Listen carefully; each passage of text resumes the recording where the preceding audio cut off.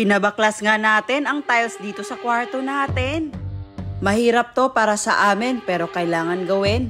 Ito nga yung tiles na napili namin para sa kwarto namin ni Norme. Napili namin siya kasi tingin naman namin okay siya. Kaso nga lang nung nagkadikit-dikit na siya, hindi na namin nagustuhan. Especially ako kasi sobrang sakit niya sa mata. Ang akala kasi namin ang dugtong niya na tiles ay magkapareho lang yung color or same lang talaga sila ng pattern lahat. Kaso nga lang hindi pala. Nag-send naman sila ng picture at nag-update sila. Pero dahil nga may lakad tayo at walang signal sa pinuntahan natin, hindi natin sila na-replyan. So ngayon, ito na yung itsura ng tiles ng kwarto natin. Pero unfortunately, nagbago yung isip namin ni Norme. Lalo na ako kasi may astigmatism ako. Tapos parang pagtitignan kasi siya, parang nakakahilo.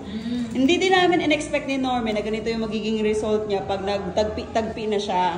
Dahil sa pattern, no? Oo. May ibang kulay. Nakakahilo siya actually. So, ngayong gabi mag-over na. Sorry talaga, sir. Mag-over na naman Ganun na sila. si Sir, oh. So, papatanggal namin lahat tong tiles na naidikit ngayon mga pangga kasi nga hindi na to siya pwede mapagbukasan pa kasi nga sobrang tigas na niya. Ayan. So, yun. Isang problema natin to.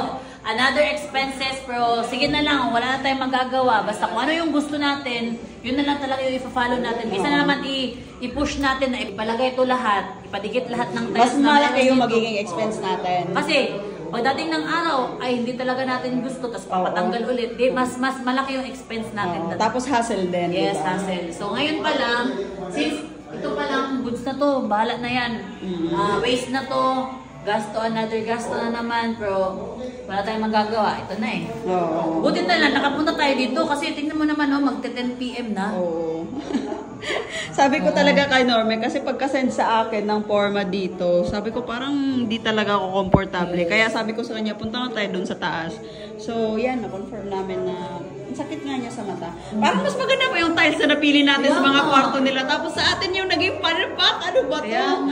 Sa kwarto pa namin yung pinakamatagal na desisyon namin sa pagpili. Tapos ito pa yung naging palpak. Oh my goodness. Parang hindi ko talaga tanggap. Shit. Okay lang. Okay lang yan man. Parang ang hirap din mag-design dito sa kwarto. Pag ganito yung ano, paano pag iibahin natin yung design? Mahirapan tayo kasi dapat mag-coincide din sa tiles natin, di ba?